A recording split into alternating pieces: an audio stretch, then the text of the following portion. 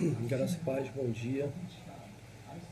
É, Falar sobre o livro de Lucas, no capítulo 4, a partir do versículo de número 14, e falar a respeito da volta de Jesus do, da tentação no deserto. Ele é batizado, então ele é levado ao deserto para ser tentado pelo diabo, e a partir desse momento, ele então, depois de passar por todos os testes, ele então resolve retornar para a Galiléia para aí sim iniciar então a sua missão.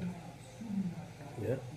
A palavra do Senhor, versículo 14 e 15 diz assim: Então Jesus, no poder do Espírito Santo, regressou para a Galiléia e a sua fama correu por toda a circunvizinhança e ensinava nas sinagogas, sendo glorificado por todos. Então vamos aprender algumas coisas. Primeira coisa que nós entendemos aí é que o Espírito Santo é que vai direcionando, que vai guiando a vida de Jesus em todos os momentos da sua vida, né?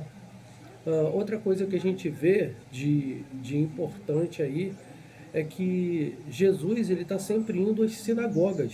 Isso é um momento importante da gente falar, porque as sinagogas elas eram muito importantes na vida religiosa judaica. Durante o exílio, quando os judeus não tinham mais o templo, eles foram e conseguiram construir então alguns centros de ensinos ao qual eles chamavam de sinagoga.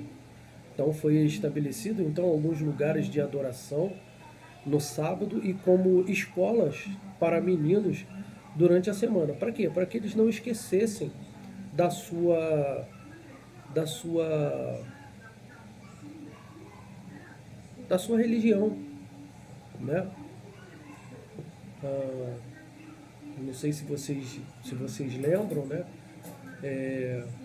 O Judá, no caso o Reino do Sul, ele ficou em Babilônia, e Babilônia ali então foi sucedida ali por vários reinos até chegar ao reinado do rei Ciro, que fez com que o povo de Israel voltasse então para a sua terra.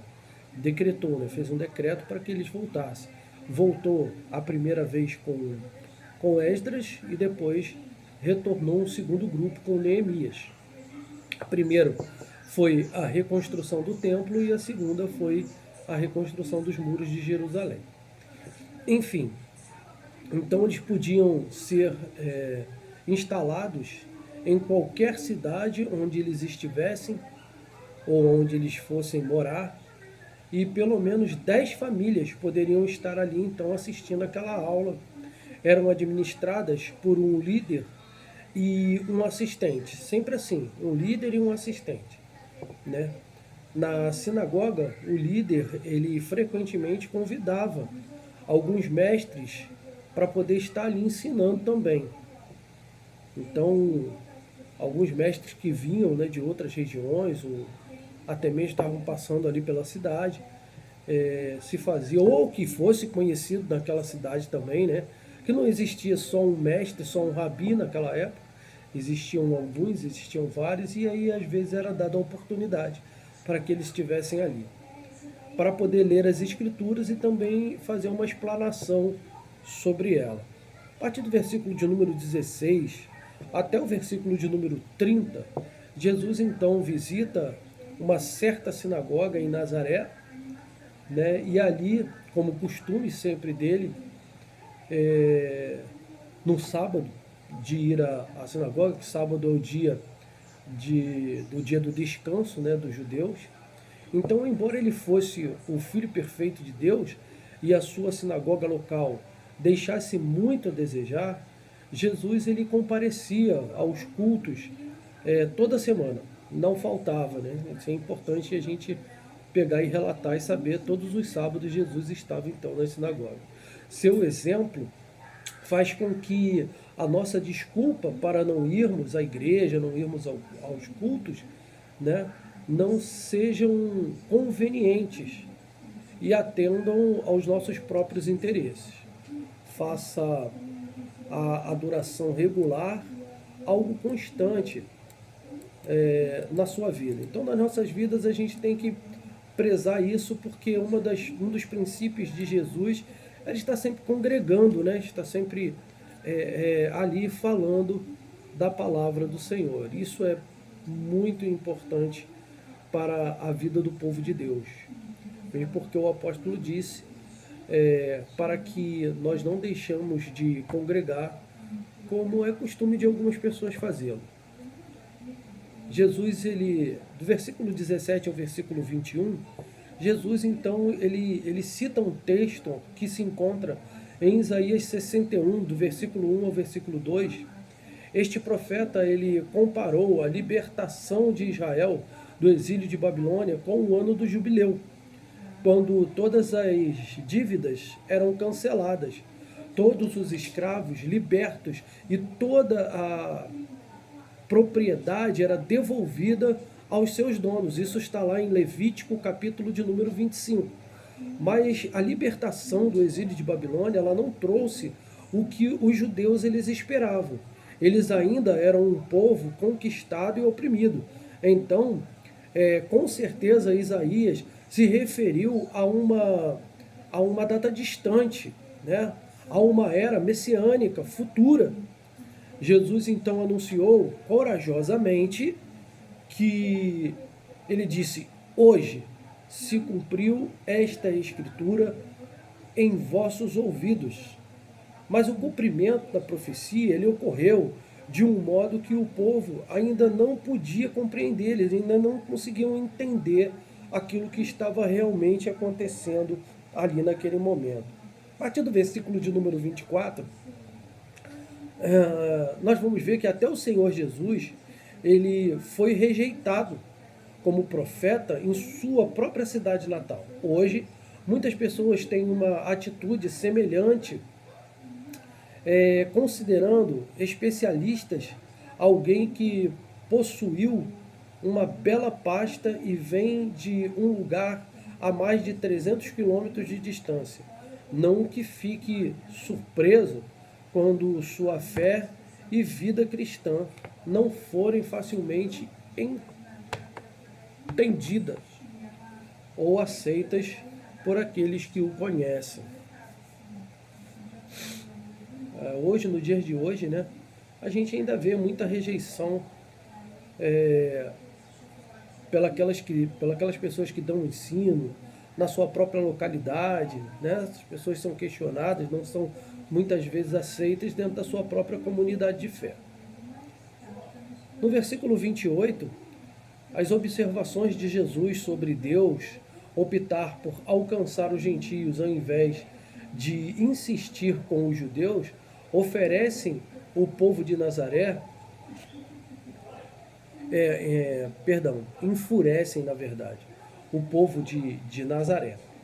Jesus, então, sugeriu que os seus ouvintes eram tão incrédulos quanto fora o reino do norte de Israel, na época de Eliseu e de Elias. Um tempo notório pela grande maldade daquele povo.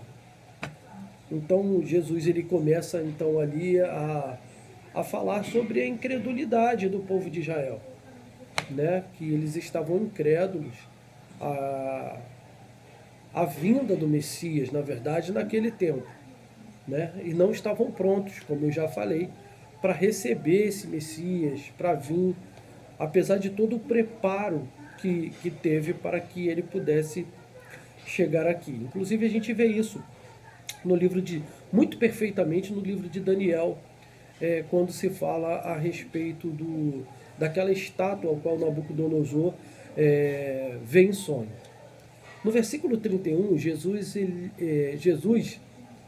havia se mudado recentemente de Nazaré para Cafarnaum. Está lá em Mateus capítulo 4, versículo 13. Então, esta era uma cidade, no caso Cafarnaum, né, era uma cidade próspera que possuía grandes riquezas. Mas havia também uma grande decadência moral e espiritual naquela região, por ser um quartel-general das muitas tropas romanas que ali estavam. Então eles acampavam, faziam um acampamento principal ali. A palavra de Jesus, então, poderia se espalhar não só ali, né, em Nazaré, Cafarnaum, como poderia também, né, se espalhar por todo o Império Romano. Ainda no versículo 31 nós observamos também, porque seria mais uma pergunta, né? A pergunta seria por que era permitido Jesus ensinar nas sinagogas? Você tem que começar a entender quem era Jesus a partir desse momento, né? Então, primeiro porque era o costume dos rabinos daquela época, dos mestres da sinagoga, atender ou chamar visitantes de fora para ensinar as escrituras. Já até falei sobre isso. Então, um dos motivos era esse aí. O porquê eles permitiram é porque Jesus era um mestre. E ele não era só um mestre local, ele era um mestre itinerante. Ele ia em vários lugares, então, ensinando. A gente vê muito isso em Atos dos Apóstolos, depois que o apóstolo Paulo, então, tem a liberdade de ir sozinho a vários lugares pelas suas viagens missionárias, ele indo nas sinagogas e trazendo, então, ensinos naquelas sinagogas. Jesus era um mestre itinerante, já farei.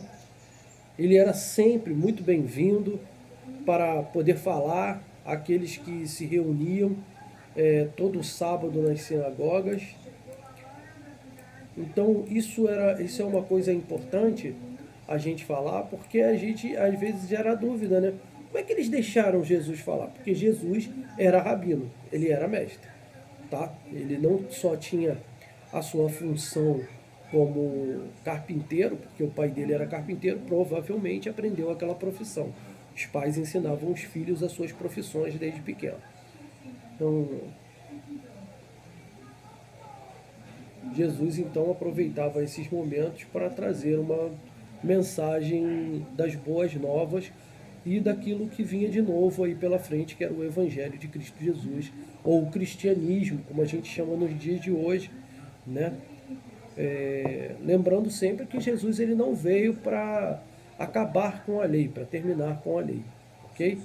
Jesus ele veio para cumprir a lei, para que nós não precisássemos então mais cumprir alguns princípios da lei, tá? Versículo 33 em dia, a partir do versículo de número 31 até o versículo de número 37, fala a respeito da cura de um endemoniado. Havia um homem possesso por um demônio na sinagoga aonde Jesus estava ensinando. O endemoniado então foi ao lugar de adoração e insultou Jesus. E é ingenuidade pensarmos que seremos mais protegidos do mal na igreja. Satanás tem prazer em invadir nossos ambientes sempre que possível, mas a autoridade de Jesus é muito maior do que a de Satanás. E onde Jesus está presente, o demônio não podem ficar por muito tempo. Mesmo porque, né, hoje, nos nossos dias, nós percebendo tal situação, temos autoridade em Jesus Cristo, ou melhor ainda dizendo, no nome de Jesus Cristo, para expulsar os demônios. Versículo 34 a 36, então as pessoas estavam admiradas pela autoridade de Jesus para expulsar demônios e espíritos malignos governados por Satanás. Enviados para quê? Para hostilizar as pessoas e tentá-las a pecar. Os demônios são anjos caídos que se uniram a Satanás na rebelião contra Deus. Podem fazer uma pessoa ficar muda, surda, cega e até mesmo louca. Jesus, ele enfrentou muitos desses opositores espirituais, que são os demônios, durante o seu ministério terreno. e sempre demonstrou autoridade para combatê-los. Não somente o espírito maligno deixou aquele homem, Lucas registrou que este sequer foi ferido. Então, quando o espírito maligno sai daquele homem, ele, ele não causa nenhum tipo de ferimento à pessoa ao qual ele saiu. Uma coisa outra importante se dizer, né, é que nós temos a mesma autoridade de Jesus, dada pelo Espírito Santo e por Ele mesmo, às nossas vidas ainda no dia de hoje. Ainda no versículo de número 36, o maligno, então, ele invade o nosso mundo. Não é de admirar que as pessoas frequentemente fiquem temerosas, mas o poder de Jesus é muito maior que o de Satanás. O primeiro passo para vencer o medo do mal é reconhecer a autoridade e o poder de Jesus. Ele venceu o mal, inclusive venceu o próprio Satanás. Lá, a gente lembra muito bem disso, lá no deserto, quando Jesus saiu do batismo e foi para o deserto, lá ele vence Satanás, ok? Então nós entendemos que uma vez que ele venceu, nós temos a oportunidade de vencer a ele também. A Satanás, no caso, né? Claro. Versículo de número 39, do 38 ao 39, vai falar a respeito da sogra de Pedro, que foi sarada, que foi curada de uma febre, de uma grande febre, né? Uma febre muito alta. Então, no versículo 39, Jesus curou a sogra de Simão Pedro tão completamente que não somente a febre passou, mas a força daquela mulher foi restaurada. E imediatamente ela se levantou e cuidou de outras necessidades. Que bonita atitude de serviço também foi demonstrado por ela. Deus nos dá saúde para que possamos servir uns aos outros. Então, já falando a respeito disso, né? Às vezes a cura chega às nossas vidas e, e a força ela é automaticamente restabelecida e a gente passa então a servir a obra de Deus e lembrando sempre dos outros, né? Do nosso semelhante, do nosso próximo. Aqui temos duas coisas muito importantes. A primeira é que ela passa então a servir, né, as pessoas que ali estão, juntamente com Jesus e a Pedro também, como também ela passa a partir daquele momento servir ao Senhor Jesus Cristo como seu Salvador, como Messias. A partir do versículo de número 40 até 40 e 41, vai ali falar então das muitas curas já começando a ser realizadas por Jesus.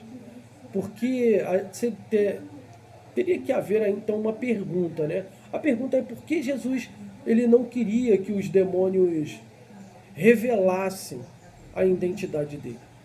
Primeiro, Jesus ordenou aos espíritos imundos que permanecessem em silêncio para mostrar sua autoridade sobre eles. Segundo, Jesus queria que seus ouvintes crescem que ele era o Messias por causa das suas palavras, não pelo testemunho dos demônios.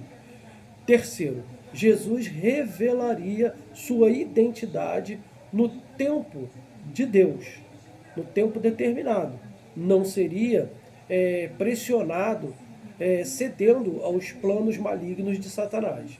Os demônios chamaram Jesus de o Santo de Deus. Capítulo 4, versículo de número 34. Porque sabiam muito bem quem era ele, o Cristo, o Messias, né, o ungido de Deus. Mas Jesus se mostraria como servo sofredor antes de aparecer como o grande rei dos judeus, como o grande salvador deles, como o Messias, tão prometido nas Escrituras durante tantos anos anteriores. Revelar a sua identidade real muito cedo iniciaria as multidões a uma rebelião, ou incitaria, né, na verdade, aquelas multidões que ali estavam a uma rebelião. Era tudo que Jesus não queria, porque Jesus não veio libertar aquele povo de um império ou do império romano. Veio libertar aquele povo do império das trevas. Essa é que é a grande realidade. Uma vez que os judeus eles tinham expectativas erradas sobre a vinda do Messias e o que ele ia fazer. No versículo de número 42 ao 44, Jesus vai a um lugar deserto, né? Jesus ele tinha que se levantar muito cedo para ler algum tempo a sós, fazer a sua meditação, claro, se estudar a palavra de Deus, e se ele precisou estar sozinho a fim de orar e revigorar então as suas forças. Quanto mais nós, né, a gente fica pensando assim, se Jesus ele teve que sair, teve que orar, teve que, né, fazer aquela meditação, tentar ali, entre aspas, né, revigorar a sua força, tem que entender que Jesus, apesar de ser 100% Deus, ele era 100% homem. Tá? Ele estava num corpo ao qual tem suas limitações. Tá bom? Esse corpo não limitava Jesus. Tá? Mas o corpo humano ele tem as suas limitações. E Jesus, como formador do próprio corpo do homem, sabia das suas limitações. Jesus, ele tentar formular aqui novamente. Né? Se ele precisou estar sozinho, a fim de olhar muito mais nós agora. Ele estava falando justamente sobre isso. Então nós precisamos então estar a tirar esse tempo de oração, de meditação na palavra, para podermos ter as nossas forças restabelecidas. Não se torne ocupado a ponto de sua vida ter tão ou ser tão agitada que você não tenha tempo de ficar a sós com Deus e ter uma comunhão tranquila com Ele. Não importa o quanto você trabalhe, é necessário ter tempo para a oração, sempre. No versículo 43, o reino de Deus era uma boa nova de grande alegria para os judeus, porque eles aguardavam a vinda do Messias prometido desde o cativeiro da Babilônia. Desde o cativeiro da Babilônia que eles estavam esperando o Messias. E é para nós, para nós porque significa liberdade da escravidão do pecado e do egoísmo. Então Jesus ele destrói essa barreira do pecado que nos leva também ao egoísmo, né? Que esse grande mal que ocorre muitas vezes nas nossas vidas. O reino de Deus está presente aqui, agora, como esteve lá na época de Jesus, com ele mesmo, na pessoa dele, porque o Espírito Santo de Deus ele passou então a viver no nosso coração, viver em nós, viver em todo o cristão. É Ele que começa a boa obra em nós, é Ele que vai terminar até o dia de Cristo Jesus. Também é futuro, porque Jesus retornará para o governo de um reino perfeito e absoluto, onde o pecado e o mal não existirão mais. Então isso é muito importante para com as nossas vidas. Esse capítulo, então, ele é essencial porque dá o pontapé inicial no ministério de Jesus. Então a gente já vê logo no início do ministério de Jesus, Jesus ele sai, vai e entra numa cidade, né, ali na Galileia, começa ali então a ir nas sinagogas, momento importante, porque Jesus ele congrega nas sinagogas, ele não deixou esse costume, esse hábito que ele tinha. Isso é muito importante a gente saber. A gente saber também que, da mesma forma que Jesus Cristo ele foi rejeitado na sua cidade natal, nós também, nas nossas cidades, na nossa igreja, muitas vezes na nossa família, podemos ser rejeitados. né, e saber sempre que Jesus não ficou desencorajado, ele não teve medo, pelo contrário, ele cada vez mais ousava de falar da palavra, do evangelho, de quem ele era e o que ele veio fazer. Ali então começam também as curas, né? E vem a cura, a questão da cura do endemoniado. A gente tem que começar a entender que a palavra, quando Jesus disse que ele veio para curar, que ele veio para salvar, que ele veio para restabelecer então a ordem espiritual das coisas, nós temos que entender também que Jesus, ele então tinha que fazer-se cumprir a sua palavra. Então tinha que botar então todos os seus inimigos, ou os seus principais inimigos, por estrado dos seus pés, como diz as Escrituras. E quem são esses inimigos? É o império das trevas. Esse era alguém que estava governando a terra até aquele momento, né? Então, nós temos que começar a entender que Jesus Cristo veio libertar o povo de uma prisão espiritual que o pecado também trazia sobre o homem.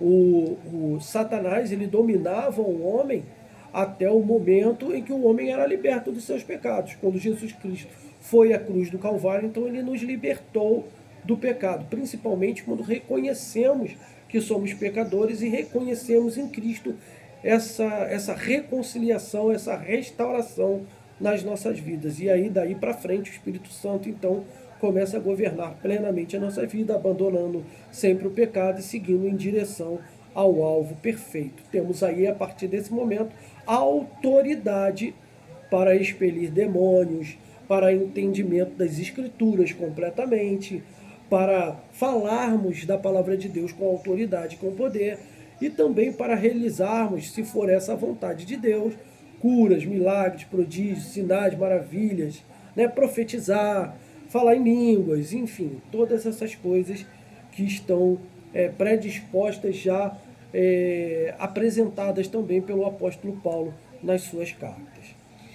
Nós vemos que Jesus também, ele não há diferença entre uma doença grande e uma doença pequena, né? Ele curou o cego, ele curou o endemoniado e ele vai curar também a sogra de Pedro com aquela pequena enfermidade, entre aspas, que uma febre altíssima que ela estava tendo, provavelmente um problema inflamatório que ela estava tendo. Hoje a gente tem essa ciência, hoje a gente tem esse conhecimento, que era algo que inflamatório que estava dentro dela causando aquela doença. Uma outra coisa importante também é que muitos espíritos malignos têm esse poder de causar enfermidades nas pessoas, como nós presenciamos na Bíblia e vamos presenciar ainda no livro de Lucas mais tarde. O importante do livro de Lucas também é que Lucas é médico, sendo médico nos dá um diagnóstico perfeito daquilo que está acontecendo ali naquele momento. Olha, isso aqui eu posso diagnosticar, isso aqui é físico. E ele também traz algo importante, olha, isso aqui não é físico. Então, se não é físico, é espiritual. Ok? Então, ficamos por aqui. Falamos então dessa maravilhosa palavra de Deus, desse momento de Lucas também, que é muito importante. Eu acho um dos livros que deveria ser utilizado como um dos primeiros livros na vida de qualquer iniciante no cristianismo, porque ele tem uma sequência que é o livro de Atos dos Apóstolos. Como você sabe, Lucas, o Evangelho segundo São Lucas, o Evangelho de Lucas, ele tem uma sequência que é escrita também por Lucas, que é Atos dos Apóstolos. Fiquem todos com Deus, que Deus vos abençoe, vos livre, vos guarde, continue dando entendimento nas Escrituras, em nome de Jesus. Graça e paz a todos, um ótimo dia.